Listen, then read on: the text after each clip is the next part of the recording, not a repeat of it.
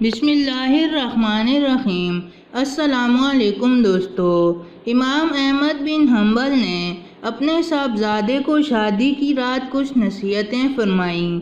ہر شادی شدہ مرد کو چاہیے کہ ان کو غور سے پڑھے اور اپنی زندگی میں عملی طور پر اختیار کرے۔ امام احمد بن حنبل نے فرمایا، میرے بیٹے، تم گھر کا سکون حاصل نہیں کر سکتے جب تک کہ اپنی بیوی کے معاملے میں ان 10 عادتوں کو نہ اپنا لو، لہٰذا ان کو غور سے سنو اور عمل کا ارادہ کرو۔ پہلی 2 تو یہ ہیں کہ عورتیں تمہاری توجہ چاہتی ہیں اور چاہتی ہیں کہ تم ان سے واضح الفاظ میں محبت کا اظہار کرتے رہو، لہٰذا وقتاً فوقتاً اپنی بیوی کو محبت کا احساس دلاتے رہو اور واضح الفاظ میں اس کو بتاؤ کہ وہ تمہارے لیے کس قدر اہم اور محبوب ہے۔ اس گمان میں نہ رہو کہ وہ خود سمجھ جائے گی۔ رشتوں کو اظہار کی ضرورت ہمیشہ رہتی ہے۔ یاد رکھو، اگر تم نے اس اظہار میں کنجوسی سے کام لیا تو تم دونوں کے درمیان ایک تلخ دراڑ آ جائے گی جو وقت کے ساتھ بڑھتی رہے گی اور محبت کو ختم کر دے گی۔ نمبر 3، عورتوں کو سخت مزاج اور ضرورت سے زیادہ محتاط مردوں سے کوفت ہوتی ہے، لیکن وہ نرم مزاج مرد کی نرمی کا بے جا فائدہ اٹھانا بھی جانتی ہیں، لہٰذا ان دونوں صفات میں اعتدال سے کام لینا تاکہ گھر میں توازن قائم رہے اور تم دونوں کو ذہنی سکون حاصل ہو۔ نمبر 4، عورتیں اپنے شوہر سے وہی توقع رکھتی ہیں جو شوہر اپنی بیوی سے رکھتا ہے، یعنی عزت، محبت بھری باتیں، ظاہری حسن و جمال، صاف ستھرا لباس اور خوشبودار جسم، لہٰذا ہمیشہ اس کا خیال رکھنا۔ نمبر 5، یاد رکھو، گھر کی 4 دیواری عورت کی سلطنت ہے۔ جب وہ وہاں ہوتی ہے تو گویا اپنی مملکت کے تخت پر بیٹھی ہوتی ہے۔ اس کی سلطنت میں بے جا مداخلت ہرگز نہ کرنا اور اس کا تخت چھیننے کی کوشش نہ کرنا۔ جس حد تک ممکن ہو گھر کے معاملات اس کے سپرد کرنا اور اس میں تصرف کی اس کو آزادی دینا۔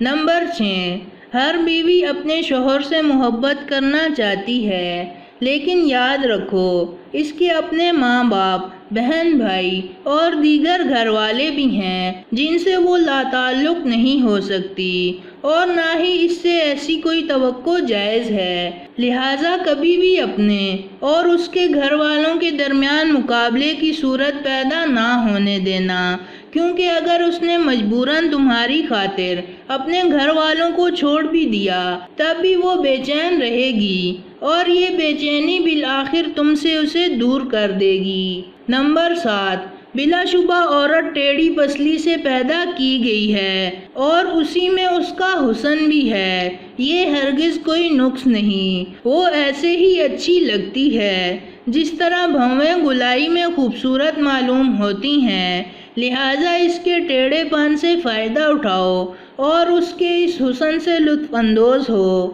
اگر کبھی اس کی کوئی بات ناگوار بھی لگے تو اس کے ساتھ سختی اور تلخی سے اس کو سیدھا کرنے کی کوشش نہ کرو، ورنہ وہ ٹوٹ جائے گی اور اس کا ٹوٹنا بالآخر طلاق تک نوبت لے جائے گا، مگر اس کے ساتھ ساتھ ایسا بھی نہ کرنا کہ اس کی ہر غلط بات اور بے جا بات مانتے چلے جاؤ، ورنہ وہ مغرور ہو جائے گی جو اس کے اپنے ہی لیے نقصان دہ ہے، لہٰذا معتدل مزاج رہنا اور حکمت سے معاملات کو چلانا۔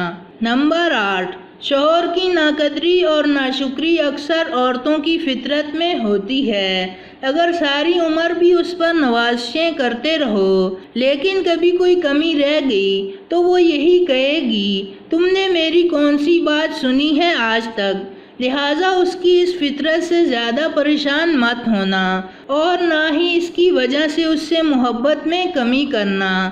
یہ اس کے اندر ایک چھوٹا سا عیب ہے، لیکن اس کے مقابلے میں اس کے اندر بے شمار خوبیاں بھی ہیں، بس تم ان پر نظر رکھنا اور اللہ کی بندی سمجھ کر اس سے محبت کرتے رہنا اور حقوق ادا کرتے رہنا۔ نمبر 9، ہر عورت پر جسمانی کمزوری کے کچھ ایام آتے ہیں، ان ایام میں اللہ تعالیٰ نے بھی اس کو عبادات میں چھوٹ دی ہے، اس کی نمازیں معاف کر دی ہیں اور اس کو روزوں میں اس وقت تک تاخیر کی اجازت دی ہے جب تک وہ دوبارہ صحت یاب نہ ہو جائے۔ بس ان ایام میں تم اس کے ساتھ ویسے ہی مہربان رہنا جیسے اللہ تعالیٰ نے اس پر مہربانی کی ہے۔ جس طرح اللہ نے اس پر سے عبادات ہٹا لیں، ویسے ہی تم بھی ان ایام میں اس کی کمزوری کا لحاظ رکھتے ہوئے اس کی ذمہ داریوں میں کمی کر دو، اس کے کام کاج میں مدد کرا دو اور اس کے لیے سہولت پیدا کرو۔ نمبر 10، یہ یاد رکھو کہ تمہاری بیوی تمہارے پاس ایک قیدی ہے جس کے بارے میں اللہ تعالیٰ تم سے سوال کرے گا، بس اس کے ساتھ انتہائی رحم و کرم کا معاملہ کرنا۔ تو دوستو، یہ تھی ہماری آج کی ویڈیو۔ پسند آنے کی صورت میں لائک کریں اور اپنے دوستوں کے ساتھ شیئر کریں، اور مزید ایسی ویڈیوز دیکھنے کے لیے ہمارا چینل سبسکرائب کرتے ہوئے ساتھ موجود گھنٹی کا بٹن بھی دبا دیں۔ شکریہ۔